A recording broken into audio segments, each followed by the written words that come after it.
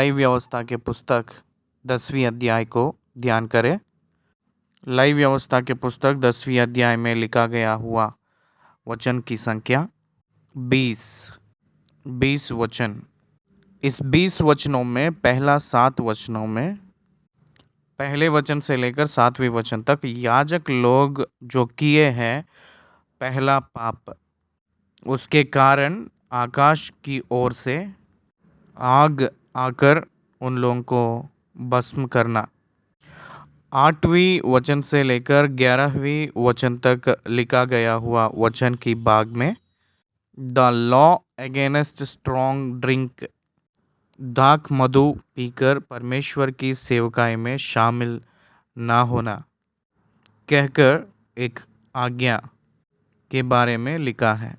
12वीं वचन से लेकर 13वीं वचन तक परमेश्वर की याजक लोग पवित्र स्थान में अन्न को खाने के लिए कहा गया हुआ आज्ञा, ये लाइव व्यवस्था के पुस्तक 2 अध्याय में भी कहा गया था। 14 और 15वीं वचनों में याजक और उसके परिवार खाने वाली भोजन के नियम और विधियों के बारे में लिखा गया है। यही वचन निर्गमन के पुस्तक 29वीं अध्याय 23वीं वचन में भी लिखा गया है, कहा गया है। उसके बाद आगे देखें 16वीं वचन से 20वीं वचन तक, आखिरी वचन तक याजक लोगों को कन्फ्यूजन हुआ है। याजक लोग खाना है या नहीं खाना है कहकर मिसअंडरस्टैंडिंग एक कन्फ्यूजन में पड़े थे। उसके बारे में विवरण यहाँ हमको मिलती हैं 16 से लेकर आखिरी वचन तक।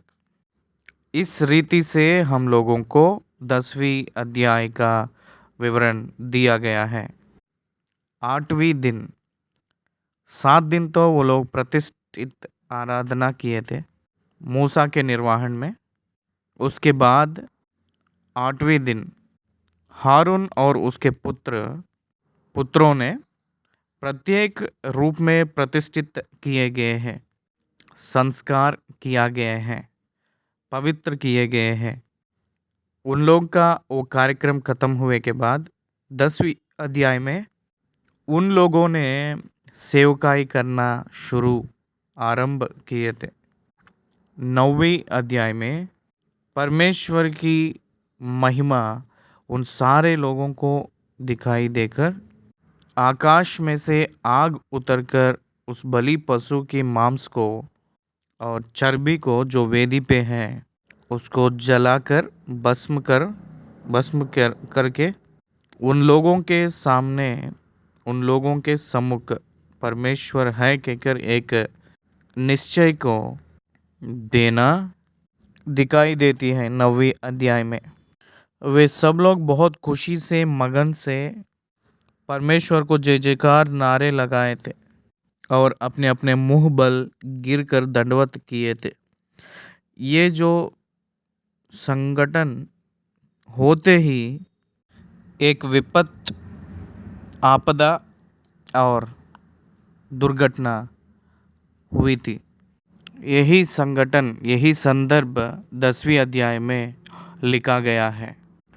हारून को 4 पुत्र थे। हारून के पुत्र नादाब, अबीहू, एलियाजर और ईतामार। नादाब, अबीहू, ईतामार और एलियाजर। नादाब, अबीहू, एलियाजर और ईतामार, ये 4 पुत्रों हारून को है।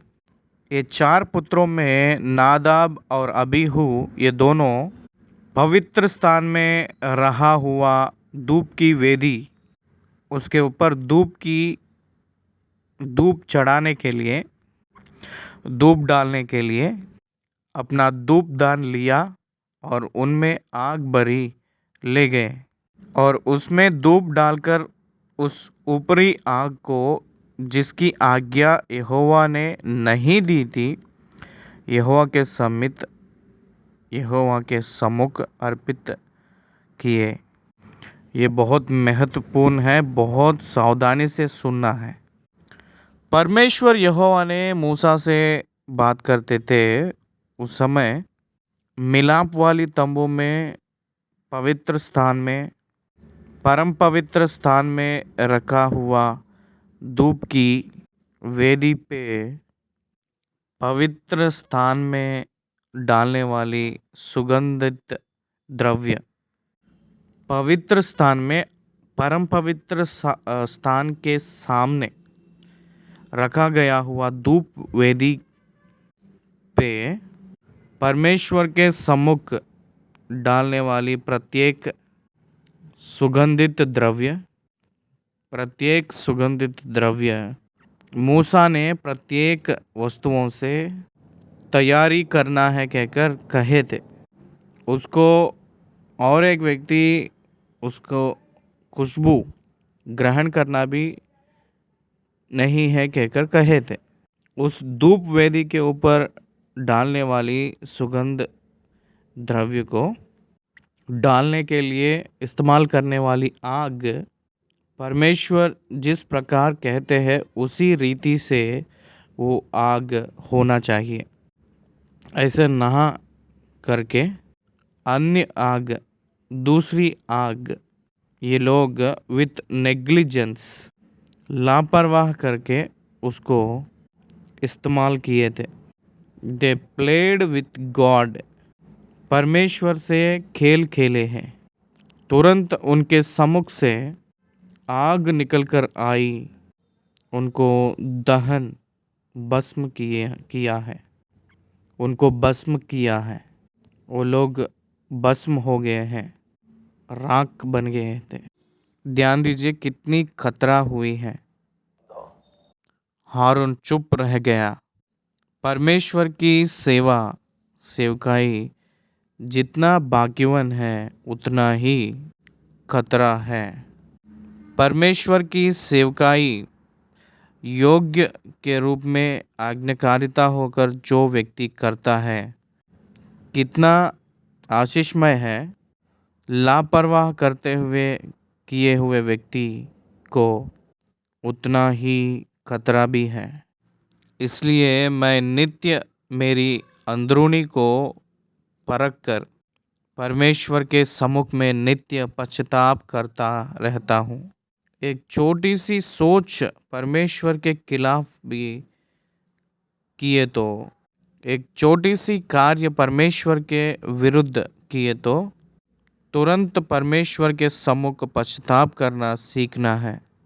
प्रामुख्य रूप में जो परमेश्वर की सेवकाई में जो लोग हैं, बहुत बड़ी खतरे में है कहकर जो कह रहा हूँ वो वास्तविक है। क्योंकि आप लोग में बहुत लोग प्रचार ना बनो, उपदेश ना दो, उनको कठिन न्याय होगा। जो लोग नहीं जानते हैं, अनजान हैं, उन लोगों को परमेश्वर तरस दिखाया है। लेकिन अगर जानकर कोई भी किया है, उन लोगों को कठिन शिक्षाएं परमेश्वर ने बताए हैं, जारी किए हैं। It is very dangerous to play with God. परमेश्वर की सेवकाई में रहकर अपवित्र में जीने वाले बहुत बड़ी भयंकर परिस्थिति को सामना करेंगे। उन लोग परमेश्वर की सेवकाई में धन के विषय में जो प्रवर्तन व्यवहार किए हुए लोग, परमेश्वर की सेवकाई में रहकर अपने व्यवहार को जो बचा नहीं पाते हैं, उन लोगों को बहुत भयंकर परीक्षा को, बहुत भयंकर सजा को वो लोग सामना करेंगे। पश्चाताप करते हुए परमेश्वर के चरणों में अपने आंसुओं से क्षमा मांगना बहुत ज़रूरी है।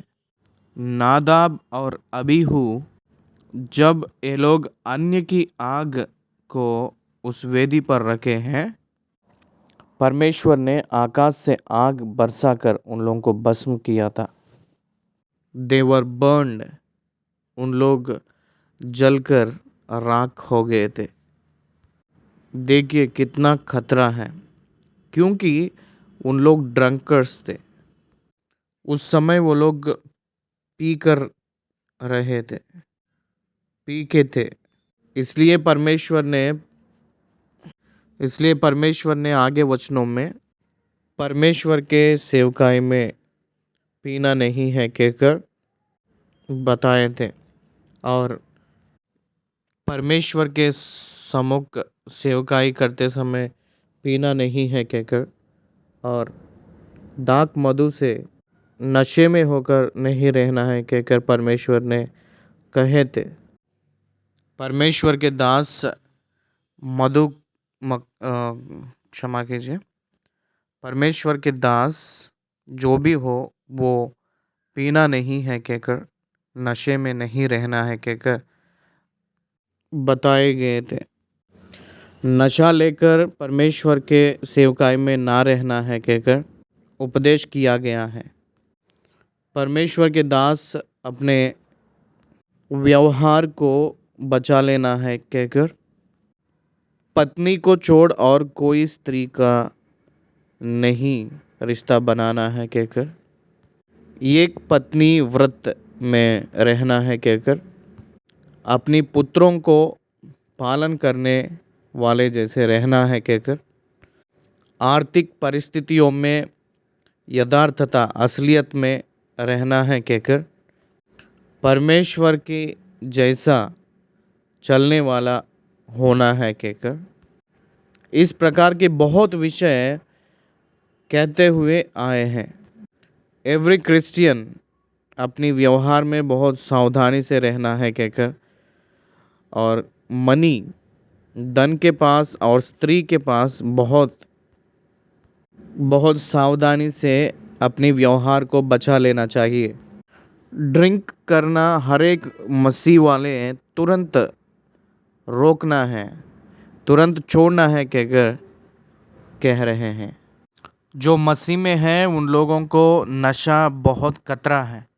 सावधानी से रहना, इज्जत निकाल देती है नशा, अपमान किया करती है नशा, इसलिए सावधान से रहना है।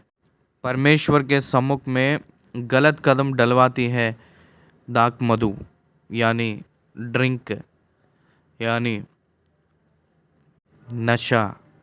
इसलिए नशे में जो रहते हैं वो लोग क्राइम में फंस जाते हैं। सावधान से रहना, उसमें ठीक व्यापार नहीं है, संभाल के रहना। हत्या करने वाले दाक मधु को पी के ही, ड्रिंक करके ही हत्या करते हैं। 100% एविडेंसेस, सबूत मिले हैं। Be careful about the drug addicts. दूसरी वचन, तब यहोवा के सम्मुख से आग निकली और उन दोनों को भस्म कर दिया और वे यहोवा के सामने मर गए। तब मूसा ने हारून से कहा, यह वही बात है जिसे यहोवा ने कहा था कि जो मेरे समीप आए अवश्य है कि वह मुझे पवित्र जाने और सारी जनता के सामने मेरी महिमा करे। और हारून ये सुनकर चुप रह गया। ही लॉस्ट हिज 2 सन्स, 2 पुत्रों को खो लिया हुआ दुख में थे हारून ने। परमेश्वर की वचन उनकी परिवार को सेवकाई के रूप में रहने के वजह से और कुछ कठिन विषय ने परमेश्वर ने बताए थे। और कुछ विषय, कोई भी सेवकाई में रहते हुए मरता है उस समय खून की पटीदार वाले रो सकते हैं, लेकिन मंदिर में अभिषेक जो लोग पाए हैं उन लोग जैसे दूसरे दुखित होते हैं वैसे दुख नहीं होना। Because you are an on anointment, अभिषेक पाए हैं इसलिए मंदिर की सेवकाई में है। मंदिर में आप लोग रह रहे हैं, मंदिर की सेवकाई कर रहे हैं और अभिषेक पाए हैं, तो इसलिए आपके बाल नहीं बिखराना, मंदिर में रह रहे हैं इसलिए आपके बाल नहीं बिखराना है कहकर आप लोग आंसू नहीं बहाना। ध्यान दीजिए याजक की काम कितनी प्रत्येक है। परमेश्वर की सेवकाई करने के लिए परमेश्वर की सेवकाई करने के लिए कितने लोग इस दुनिया में हैं, उन सभी लोग प्रत्येक रूप में रहना है। क्योंकि उन लोग जनता के बीच में उन लोगों के जीवन की द्वारा यीशु परमेश्वर की महिमा करने के लिए एक संकल्प में रहकर जानना चाहिए। हर एक परमेश्वर की सेवक ये जानना चाहिए अपने जीवन की जरिया उसकी महिमा करने के लिए की योजना है कहकर हर एक सेवक जानना चाहिए। हारून मौन रह गया था, चुप रह गया था उस समय मूसा ने चौथी वचन पढ़ रहा हूँ। तब मूसा ने मिशाएल और एलसफान को जो हारून के चाचा उज्जीएल के पुत्र थे बुलाकर कहा, निकट आओ और अपने भतीजों को पवित्र स्थान के आगे से उठाकर छावनी के बाहर ले जाओ। मूसा की इस आज्ञा के अनुसार वे निकट जाकर उनको अंगारकों सहित उठाकर छावनी के बाहर ले गए थे। परमेश्वर की सेवकाई में अक्रम की जीवन जीते हैं उन लोग मरने की योग्य है कहकर इस घटना के द्वारा पता चल रही है। बहुत लोग परमेश्वर की सेवकाई को एक खेल के समान ले रहे हैं, मजाक ले रहे हैं। सिर्फ खाने के लिए सेवकाई में आ रहे हैं, जीने के लिए। सावधान, your account counting, your account come out. छठवीं वचन, तब मूसा ने हारून से और उसके पुत्र एलियाजर और इतामार से कहा, तुम लोग अपने सिरों के बाल मत बिखराओ और ना अपने वस्त्रों को फाड़ो, ऐसा ना हो कि तुम भी मर जाओ। और सारी मंडली पर उसका क्रोध भड़क उठे। परंतु वह इस्राएल के कुल घराने के लोग जो तुम्हारे भाई बंधु हैं यहोवा की लगाई हुई आग पर विलाप करे। और तुम लोग मिलाप वाले तंबू के द्वार के बाहर ना जाना, ऐसा ना हो कि तुम मर जाओ, क्योंकि यहोवा के अभिषेक का तेल तुम पर लगा हुआ है। मूसा के इस वचन के अनुसार उन्होंने किया। You are not allowed to appear in the funeral lawns. उन लोगों को दफनाने के लिए भी आप लोग नहीं जाना है, क्योंकि आपके ऊपर अभिषेक का तेल है, क्योंकि आप लोग पवित्र स्थान में हैं। You should not go out. जब तक सेवकाई पूरा नहीं होगा तब तक जाना नहीं। अगर जाएंगे तो मर जाएंगे। लोगों के ऊपर भी परमेश्वर के क्रोध उठेगा, भड़क उठेगा, इसलिए सावधान से रहना। People will die as well as you also die. लोग भी मरेंगे, आप लोग भी मरेंगे, संभल के रहना कहकर जो कहा गया था उस समय वो लोग परमेश्वर की बात मान रहे थे। आप रोना नहीं और अपने बाल को बिखराना नहीं, अपने वस्त्र को फाड़ना नहीं। It's a sudden death. एक ही दम पलकी में हुई थी। आंखों के सम्मुख पुत्रों ने दहन हो गए थे, भस्म हो गए थे। तो भी हारून आप आंसू नहीं बहाना है कहकर कहा गया है।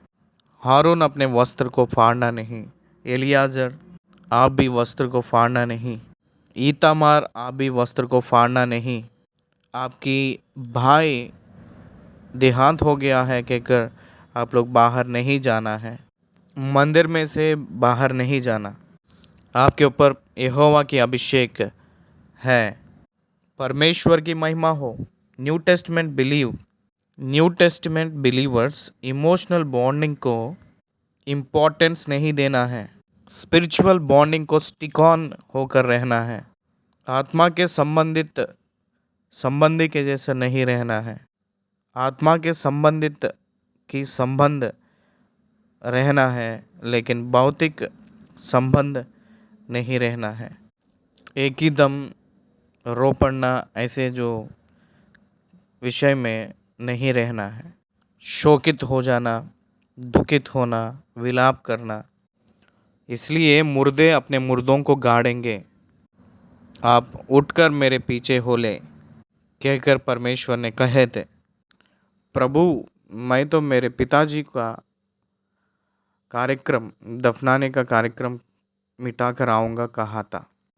प्रभु पहले जाने दे, मैं मेरे पिता को गाड़ लूँ, बाद में आपके पीछे हो लूँगा, कहकर एक व्यक्ति ने कहा था। तब परमेश्वर ने कहे थे कि मरे हुए मुर्दों को गाड़ने दे, पहले मेरे पीछे हो ले, कहकर कहे थे। Death is not important whether than your ministry, whether than following Christ. मनुष्य जो नियुक्त किए हैं वो रिवाज प्रामुख्य नहीं है, परमेश्वर को पीछे हो लेना मुख्य है, प्रामुख्य है। उसके बाद हम लोग आगे बढ़ेंगे। 8वें वचन से लेकर देखा जाएगा तो लॉ अगेंस्ट स्ट्रॉन्ग ड्रिंक, दाक मधु नहीं पीना है, कहकर हारून से यहोवा ने इस समय डायरेक्टली बात कर रहे थे। 8वें वचन, फिर यहोवा ने हारून से कहा, जब तू या तेरे पुत्र मिलाप वाले तंबू में आए, तब तब तुम में से कोई ना तो दाख मधु पिए हो, ना और किसी प्रकार का मद, कहीं ऐसा ना हो कि तुम मर जाओ। तुम्हारे पीढ़ी पीढ़ी में यह विधि प्रचलित रहे, जिससे तुम पवित्र और अपवित्र में और शुद्ध और अशुद्ध में अंतर कर सको, और इस्राएलियों को उन सब विधियों को सिखा सके जिस यहोवा ने मूसा के द्वारा उनको बता दी है। You are appointed to teach the people about God and his commandments. परमेश्वर की महान आज्ञाओं को समाज को बताने के लिए आप लोगों को नियुक्त किया गया है। इसलिए दुनिया के ओर से दुनिया के रिवाजों में मिलाना नहीं, परमेश्वर की संगति या परमेश्वर के नियम, परमेश्वर की विधियों को दुनिया की ओर से नहीं मिलाना है।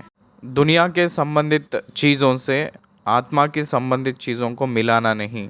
इसलिए आप लोग दाख मधु हो या और किसी प्रकार का मद, कहीं कहीं भी कुछ पीना नहीं, किसी प्रकार का पीना नहीं, नशे के।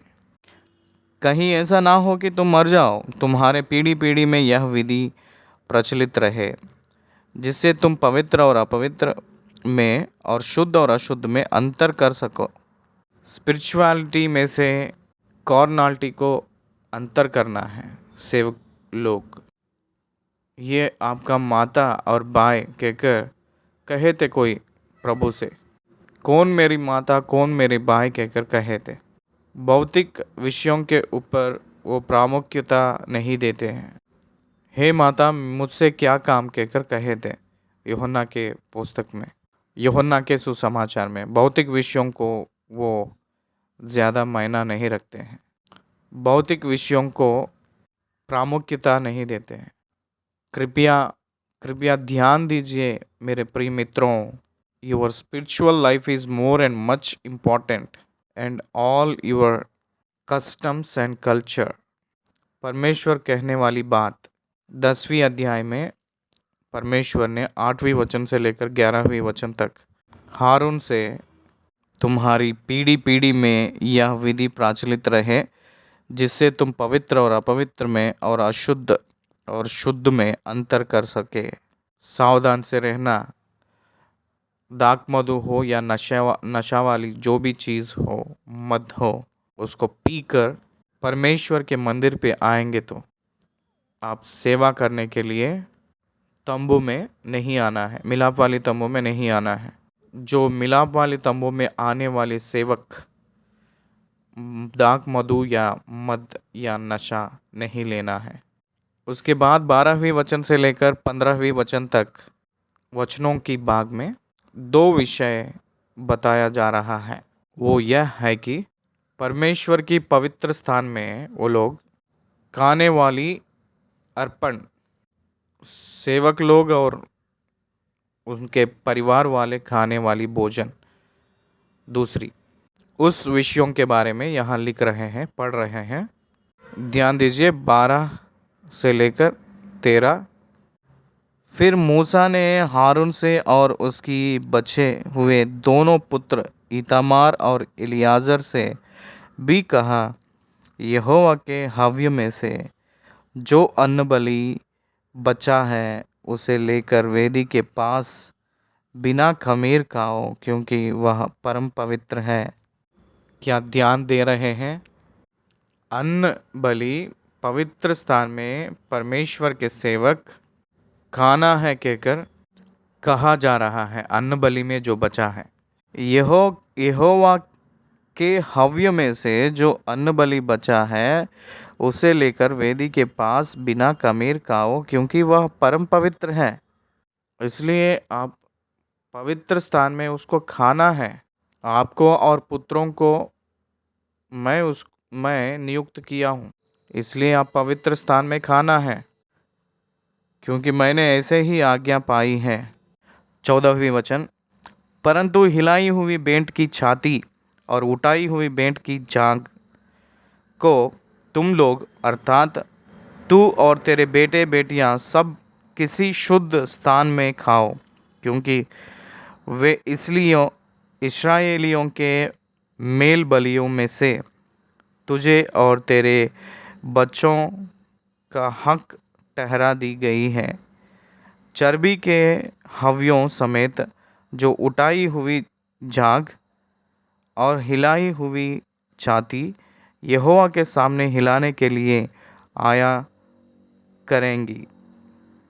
ये भाग यहोवा की आज्ञा के अनुसार सर्वदा की विधि की व्यवस्था से तेरे और तेरे बच्चों के लिए है। इस रीति से याजक लोग पोषण करने के लिए, उनकी परिवार का पोषण होने के लिए परमेश्वर आज्ञा दिया है कहकर, मुझे बताया है कहकर उन लोगों से कहा था मूसा ने। 16वीं वचन से लेकर 20वीं वचन तक देखेंगे तो उन लोगों को एक कन्फ्यूजन हुई। मूसा ने पाप की प्रायश्चित की बलि आउटसाइड दिया गया है। पाप की प्रायश्चित की बलि आउटसाइड दिया गया है, इसका मतलब ये आंगन में दिया गया है। तो उसमें से जो लहू पवित्र स्थान में ले जा रहे हैं, तो उसकी जो शरीर मांस को पाप की प्रायश्चित की बलि पशु की उस जानवर की शरीर की भागों में से कौन सी भाग, किस भाग नहीं खाना है, लेकिन आंगन में वध किया गया हुआ पाप की प्रायश्चित की बलि पशु के विषय में गधा की मांस पवित्र है कहकर याजक लोग उसको खाना है कहकर लिखा है। परंतु यहाँ पाप की प्रायश्चित की बलि के रूप में अर्पण किया गया हुआ बकरा जो है पूरा रीति से जल चुका है, उसको मूसा ने आकर क्रोध में आप लोग क्यों नहीं खाए कहकर पूछे।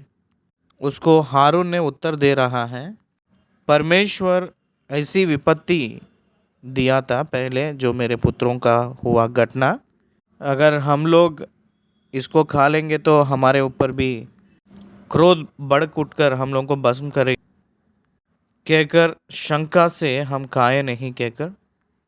ठीक है, ओके, जो घटा हुआ है उस समय तो परमेश्वर के क्रोध आया है, इसलिए इसको हम खा नहीं पाए हैं कहकर जब कहे थे, उसको छोड़ दीजिए कहकर कहे थे मूसा ने। वही वचन यहाँ दिख रही है। चलिए पढ़े। फिर मूसा ने पाप बलि के बकरे की खोज बीन की तो क्या पाया कि वह जलाया गया है। इसलिए एलियाजर और इतामार जो हारून के पुत्र बचे थे, उनसे वह क्रोध में आकर कहने लगा, पाप बलि जो परम पवित्र है और जिसे यहोवा ने तुम्हें इसलिए दिया है कि तुम मंडली के अधर्म का भार अपने पर उठाकर उनके लिए यहोवा के सामने प्रायश्चित करो, तुम ना उसका मांस पवित्र स्थान में क्यों नहीं खाया? देखो, उसका लहू पवित्र स्थान के भीतर तो लाया ही नहीं गया। निस्संदेह उचित था कि तुम मेरी आज्ञा के अनुसार उसके मांस को पवित्र स्थान में खाते। इसका उत्तर हारून ने मूसा को इस प्रकार दिया, देख, आज ही उन्होंने अपने पाप बलि और होम बलि को यहोवा के सम्मुख सामने चढ़ाया, फिर मुझ पर ऐसी विपत्तियां आ पड़ी हैं, इसलिए यदि मैं आज पाप बलि का मांस खाता तो क्या यह बात यहोवा के सम्मुख बलि होती? जब मूसा ने यह सुना तब उसे संतोष हुआ। मूसा ने इस बात को सुनकर संतुष्ट हुआ। उस दिन में संभव हुआ जो घटना के बारे में जानकर हारून जो व्यवहार किया था उसको सुनकर बहुत संतुष्ट हुआ था मूसा ने। ये और एक अपराधी के हिस्से में ना आकर परमेश्वर उन लोगों को क्षमा किया है कहकर हम लोग जान सकते हैं। यहाँ हम लोग 10वीं अध्याय को ख़त्म किए हैं। धन्यवाद।